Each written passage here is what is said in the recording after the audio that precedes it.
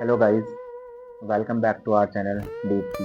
मेरा नाम है मुशाहिद खान और आज हम लोग एक बहुत सेंसिटिव टॉपिक के बारे में बात करने जा रहे हैं जिसका नाम है डिप्रेशन।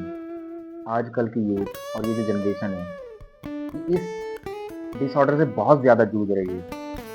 कभी रिलेशनशिप्स के इश्यूज़ होते हैं, कभी फैमिली में इश्यूज़ होते हैं।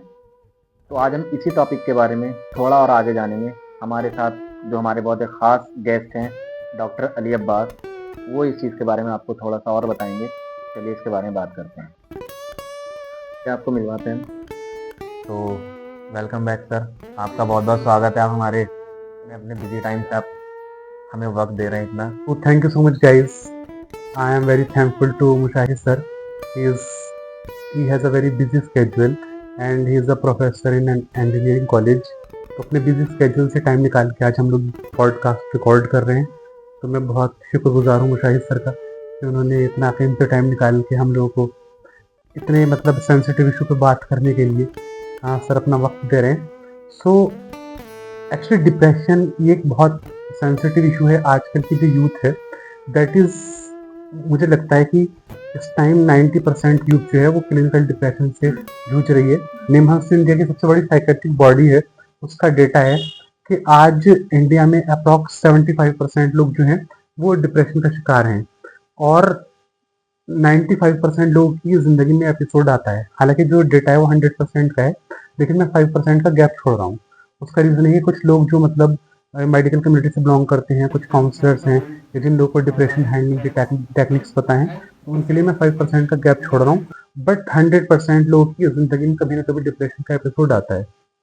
अब बेसिकली लोग मुझसे पूछते हैं कि जो डिप्रेशन के सिम्टम्स हैं वो क्या हैं, हम लोग कैसे आइडेंटिफाई कर सकते हैं कि डिप्रेशन क्या है। तो डिप्रेशन के जो बेसिकली सिम्टम्स हैं उसमें जो पहला सिम्टम आता है दैट इज सैडनेस।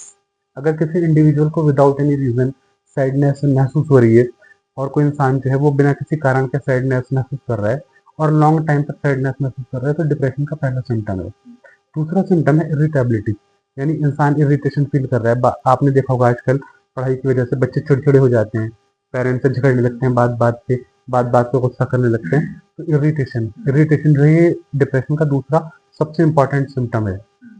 और जितनी जल्दी हम लोग अर्ली स्टेज में इसको रिकॉग्नाइज कर लेंगे उतना अच्छा है। हम लोग उतनी जल्दी इसको क्योर कर सकते हैं और उतनी जल्दी हम लोग डिप्रेशन से फाइट कर सकते हैं।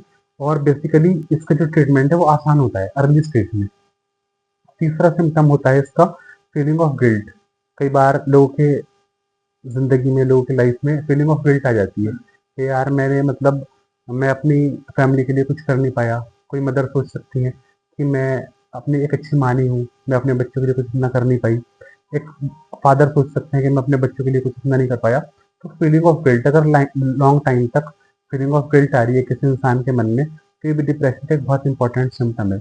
इसके अलावा निगेटिव थॉट्स, अगर किसी इंसान के मन में लगातार निगेटिव थॉट्स चल रही हैं तो ये भी डिप्रेशन का एक बहुत इंपॉर्टेंट सिम्टम है। इसकी वजह से कई बार इंसोम्निया हो जाता है। इंसोम्निया का मतलब है नींद नहीं आ रही। पेशेंट जो है वो मतलब बेड पे लेट के करवटें बदलते रहते हैं, तो नींद नहीं आ रही, स्लीप डिस्टर्बेंस, तो बेसिकली स्लीप हाइजीन में प्रॉब्लम हो जाती है।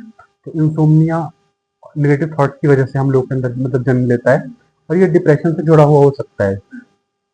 इसके अलावा एक सबसे इम्पॉर्टेंट चीज़ जो मतलब डिप्रेशन के पेशेंट में देखी जाती है वो है सुसाइडियल थॉट्स। कई बार सेल्फ डिस्ट्रक्टिव थॉट्स और सुसाइडियल थॉट्स अगर पेशेंट के मन में आ रही है तो ये डिप्रेशन का सबसे अलार्मिंग